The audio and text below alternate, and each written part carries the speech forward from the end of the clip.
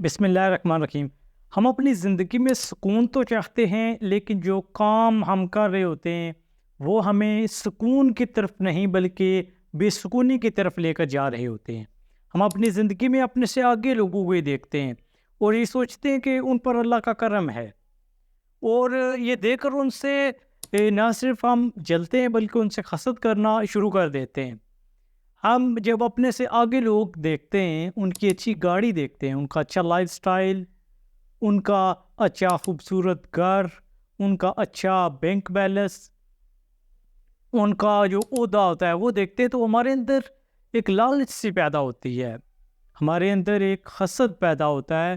اور یوں ہم اپنی زندگی میں سکون کی تلاش میں خود ہی بے سکونی کو دعوت دے رہے ہوتے ہیں۔ اگر آپ اپنی زندگی کو خوشگوار اور سکون سے بھرپور بنانا چاہتے ہیں تو آپ جیسی زندگی گزار رہے ہیں ویسی زندگی کسی کا خواب ہے۔ آپ اس زندگی میں خوش رہنا سیکھیں، اس زندگی کو اللہ تعالیٰ کا ایک انعام سمجھیں، کیونکہ بہت سارے لوگ ایسے ہیں جو آپ کی طرح بننا چاہتے ہیں۔ آپ اپنی زندگی میں جب مایوس ہوں یا کسی دوسرے کو دیکھ کر آپ کو یہ لگے کہ آپ پیچھے رہ گئے، وہ دنیا میں آپ سے آگے نکل گیا ہے، تو آپ یہ دیکھیں کہ آج سے 5 سال پہلے آپ کہاں تھے۔ آج جو آپ کا مکان ہے، کیا آج سے 5 سال پہلے آپ کا اسی طرح کا مکان تھا؟ نہیں نا، ممکن ہے پہلے آپ کا مکان خراب ہوا ہو، آج کے زمانے میں آپ اپڈیٹ ہو چکے ہوں۔ کل جو آپ کے پاس بائک تھا آج آپ کے پاس اس سے اچھا ہو،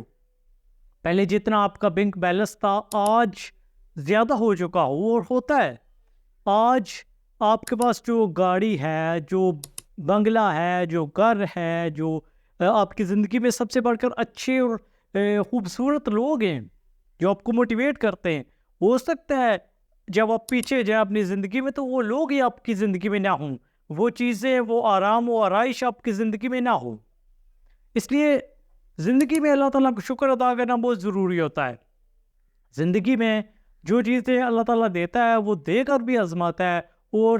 جو نہیں دیتا وہ اس طرح بھی آزماتا ہے کہ دیکھا جائے کہ یہ بندہ کتنا صبر کرتا ہے۔ کبھی کبھار ہم اپنا پورا زور لگا دیتے ہیں، یعنی بھرپور محنت کرتے ہیں، ہارڈ ورک کے بعد جب ہمیں نتیجہ نہیں ملتا تو ہم سمجھتے ہیں کہ اللہ تعالیٰ ہم سے ناراض ہے، یا ہمیں ہماری محنت کا صلہ نہیں مل رہا۔ یہ بہت ساری نیگیٹو چیزیں ہمارے ذہن میں آتی ہیں، تو یاد رکھیں کہ وہ جو ہمارا صلہ ہوتا ہے وہ ضرب ہو رہا ہوتا ہے، اور وہ ڈبل ہو رہا ہوتا ہے، ڈبل سے ٹرپل ہو رہا ہوتا ہے، اور وہ جمع ہو رہا ہوتا ہے، کیونکہ اللہ تعالیٰ کو پتہ ہے کہ کس کو کسے اور کیا دینا ہے،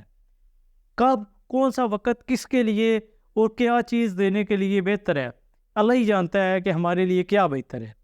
اس لیے اپنی زندگی میں صبر اور شکر کو ضرور شامل کریں۔ یہ دو چیزیں ہماری زندگی کو حسین و جمیل بناتی ہیں اور ہمیں اللہ تعالیٰ کا عاجز بندہ بناتی ہیں۔